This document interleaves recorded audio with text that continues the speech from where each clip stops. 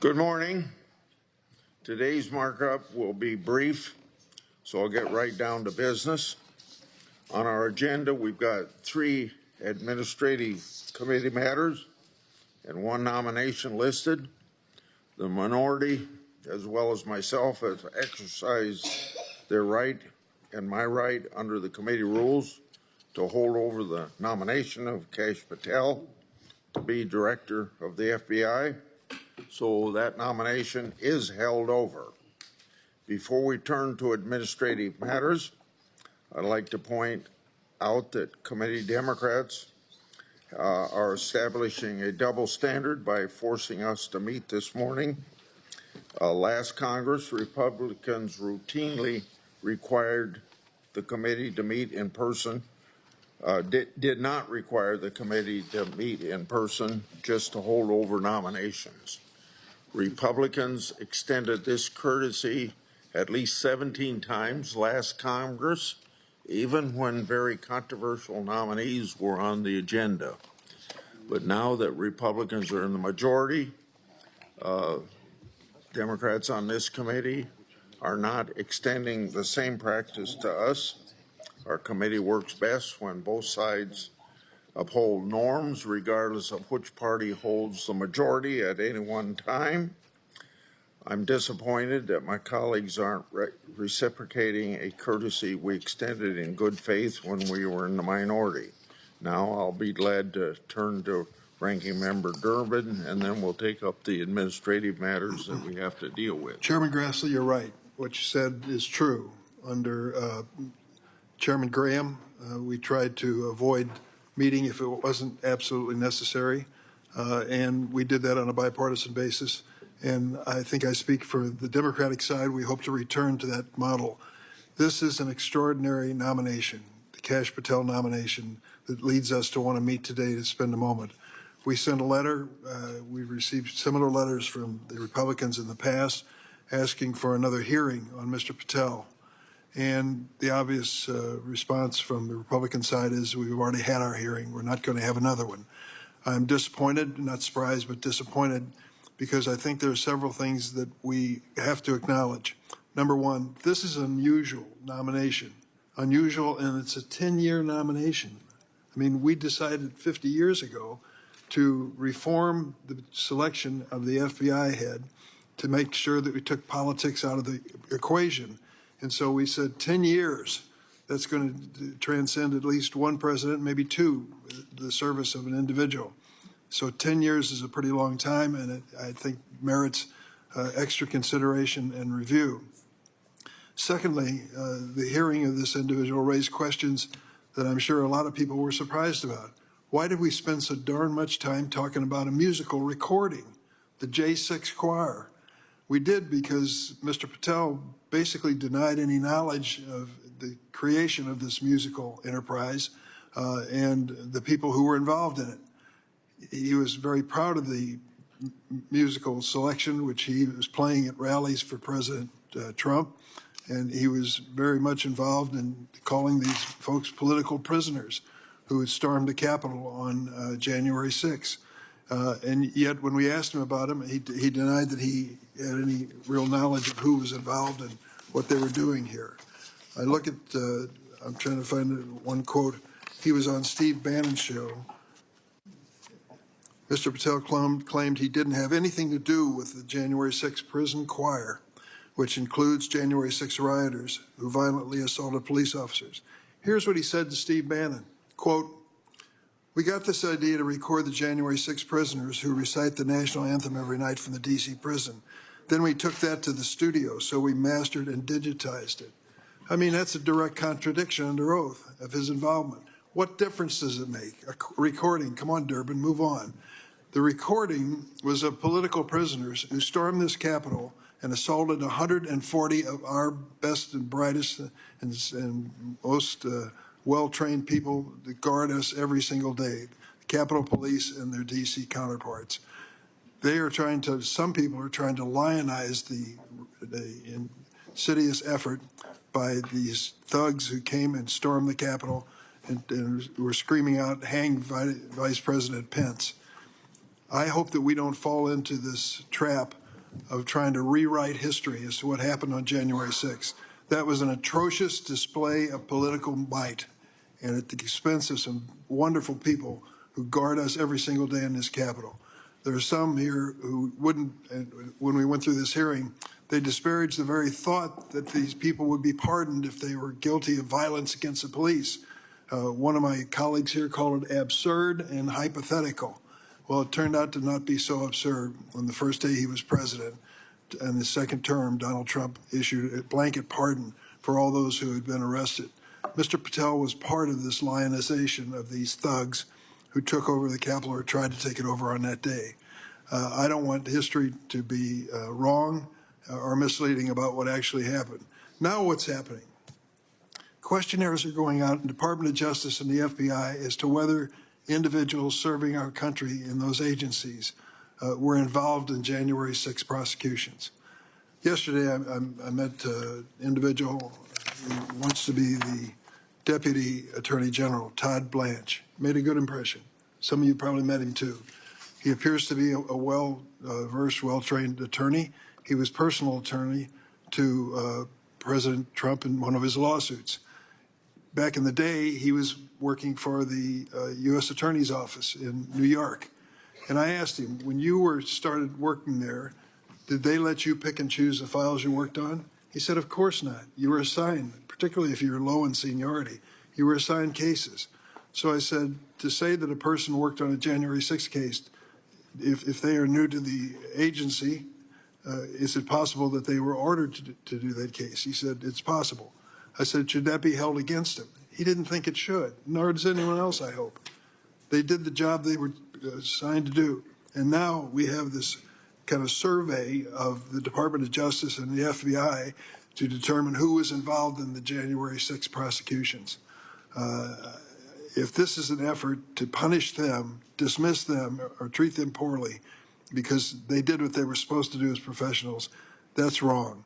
And I look at the involvement of Kash Patel in this whole episode from start to finish. I read his book start to finish.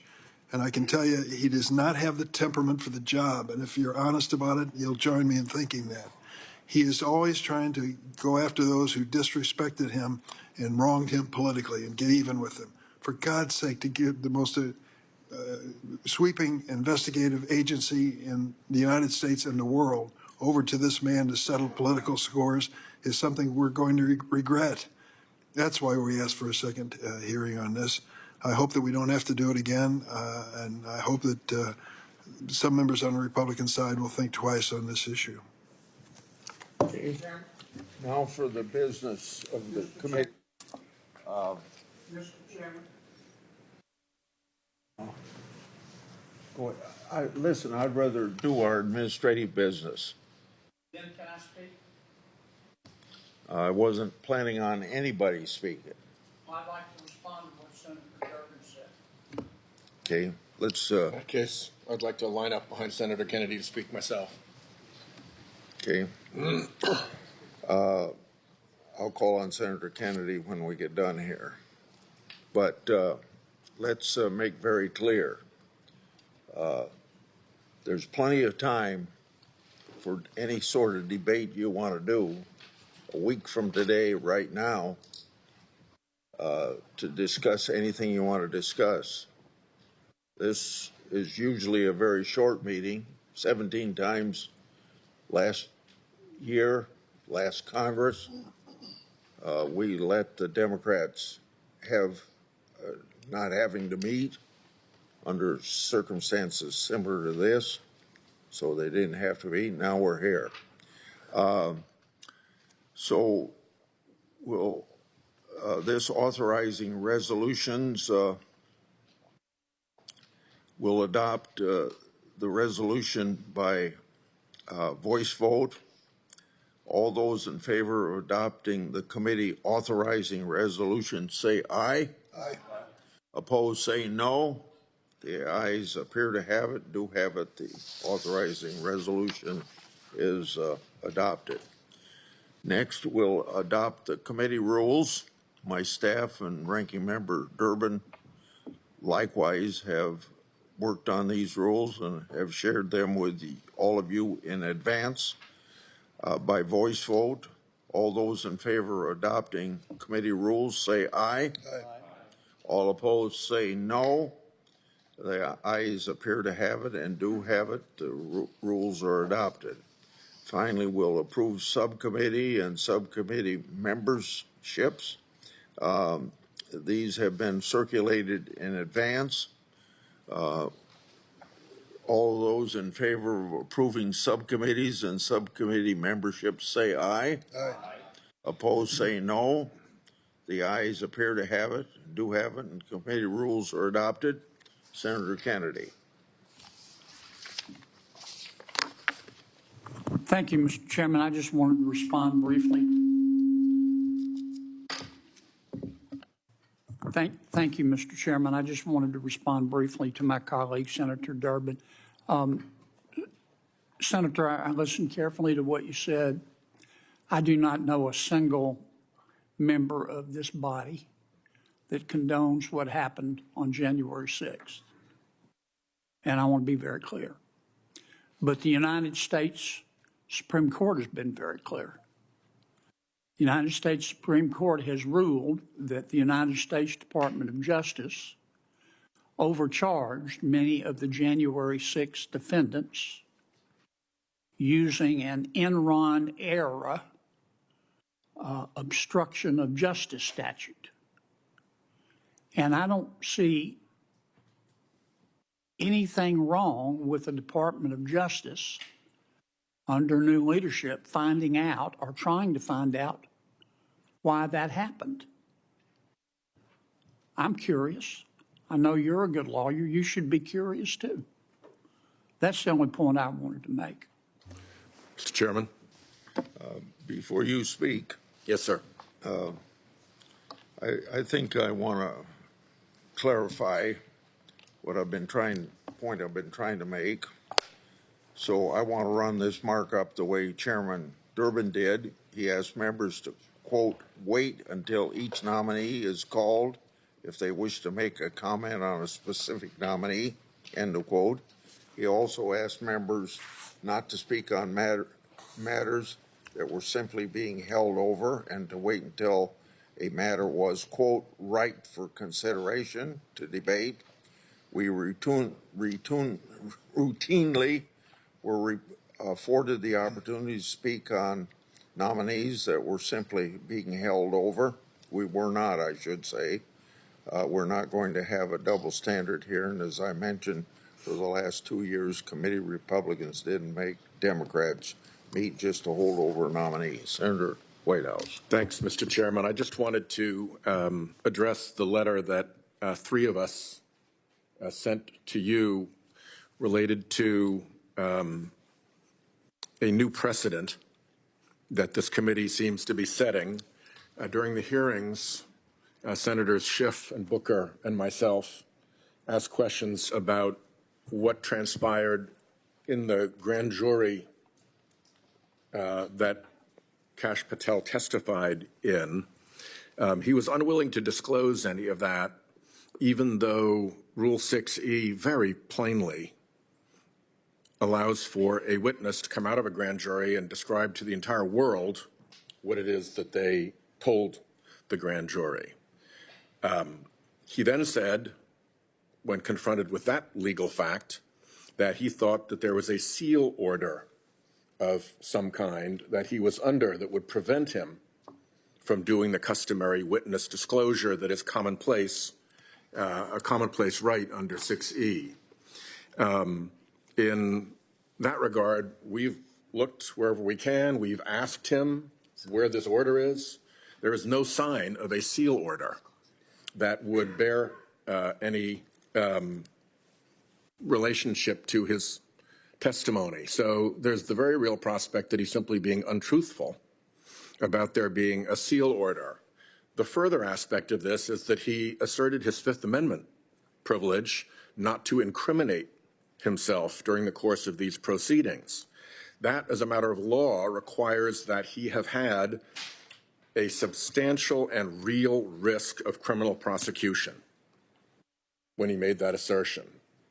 So if an incoming FBI director has faced a time when he believed he had a substantial and real risk of criminal prosecution, it seems to me that it's pretty elementary that this committee, acting on his nomination to that office, should have some idea of what the crime would have been.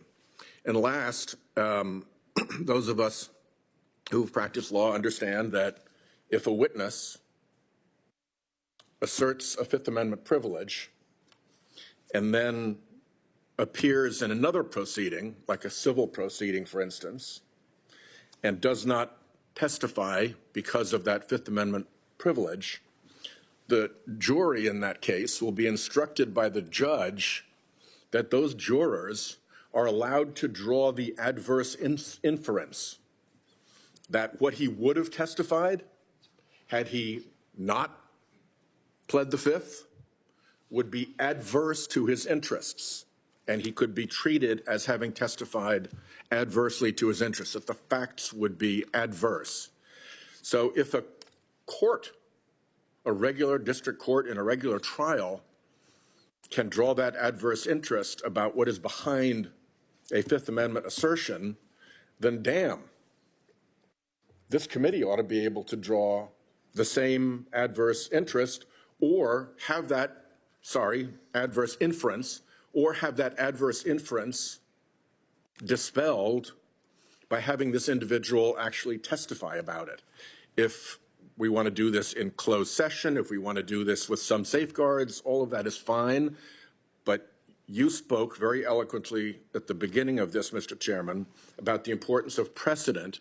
And I just want to mark right now that this is a first-time precedent in which a nominee for a senior law enforcement position in the United States of America has asserted a Fifth Amendment privilege about his own conduct and has testified in front of a grand jury, and the committee is being denied access either to the gravamen of his Fifth Amendment assertion or the content of his grand jury testimony. To me, that is an extremely dangerous and indeed even astonishing precedent. And I'll ask that the letter that we sent be put into the record. Without objection, will be meetings adjourned. This may be the first.